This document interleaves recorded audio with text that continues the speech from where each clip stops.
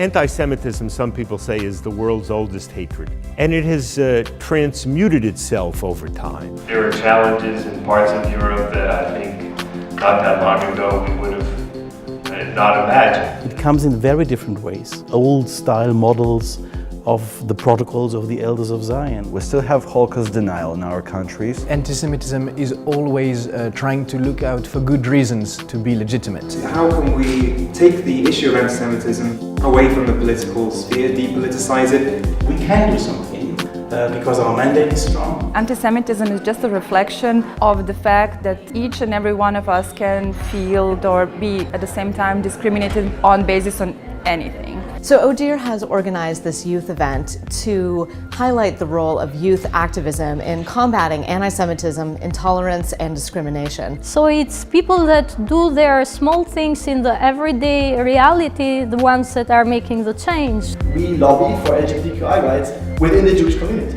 We are the third generation that grew up with these security fences. You know, why we don't have wider outreach. In order to justify our own human rights efforts, we have to tackle anti-Semitism from a human rights perspective.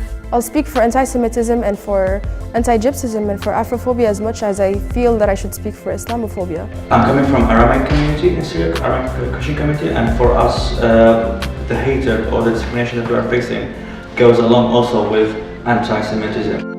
Anti-Semitism is not a problem of Jews.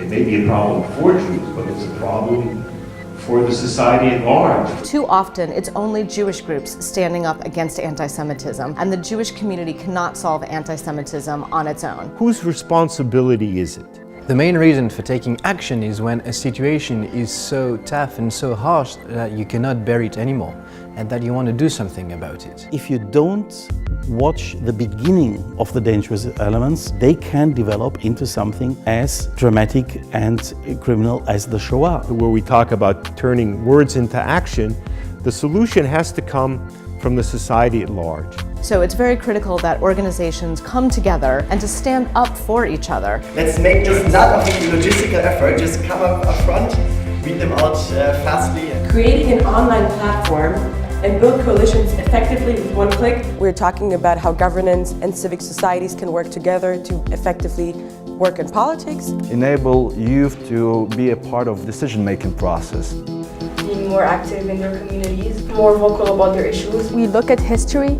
to see what happened in terms of intolerance and how it escalated to what it's become, to what happened during the Holocaust.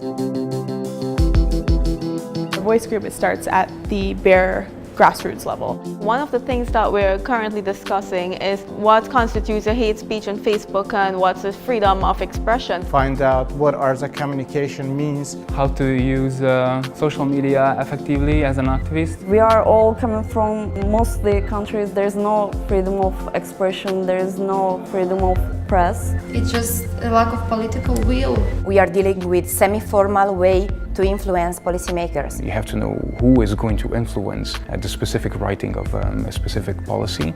The energy in the room is going to lead to some very concrete recommendations that ODIHR can use to support civil society. We want to make of this seminar now the next step, and therefore we need the ideas of these persons because we cannot walk the way alone.